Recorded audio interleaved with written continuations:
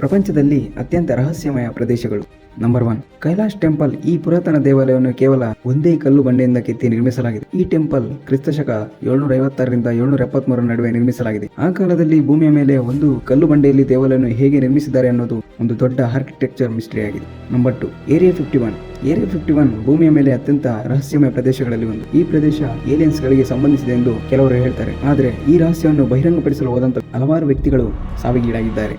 Number 3, Bermuda triangle. ಈ ಪ್ರದೇಶಕ್ಕೆ ಸಂಬಂಧಿಸಿದಂತೆ ಎಷ್ಟೋ ಕಥೆಗಳಿವೆ. ಇಲ್ಲಿ ಶಿಪ್ಗಳು, ಮನುಷ್ಯರು, ಏರೋಪ್ಲೇನ್ಸ್ ಎಲ್ಲ ಮಾಯವಾಗ್ತವೆ ಅಂತ ಹೇಳ್ತಾರೆ. ಆದರೆ ಇಲ್ಲಿ ಏನು ನಡೆಯುತ್ತೆ ಅನ್ನೋದು ಯಾರಿಗೂ ತಿಳಿದಿಲ್ಲ.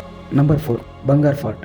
ಇಂಡಿಯನ್ ಆರ್ಕಿಯಾಲಜಿಸ್ಟ್ ಸರ್ವೆ ಇದನ್ನು ಇಂಡಿಯಾದಲ್ಲೇ ಮೋಸ್ಟ್ ವಾಂಟೆಡ್ ಪ್ಲೇಸ್ ಎಂದು ಪರಿಗಣಿಸಲಾಗಿದೆ. ಸೂರ್ಯಾಸ್ತವಾದರೆ ಯಾರನ್ನು ಒಳಗೆ ಬಿಡುವುದಿಲ್ಲ. ಒಂದು ವೇಳೆ ಯಾರಾದರೂ ಹೋದ್ರೆ ಅವರು ಕಾಣೆಯಾಗ್ತಾರೆ ಎಂದು ಅಲ್ಲಿನ ಸ್ಥಳೀಯರು ಹೇಳ್ತಾರೆ. Number 5, Easter island. ಪ್ರಪಂಚದ ಅತ್ಯಂತ ರಹಸ್ಯಭರಿತ ಸ್ಥಳಗಳಲ್ಲಿ ಒಂದು.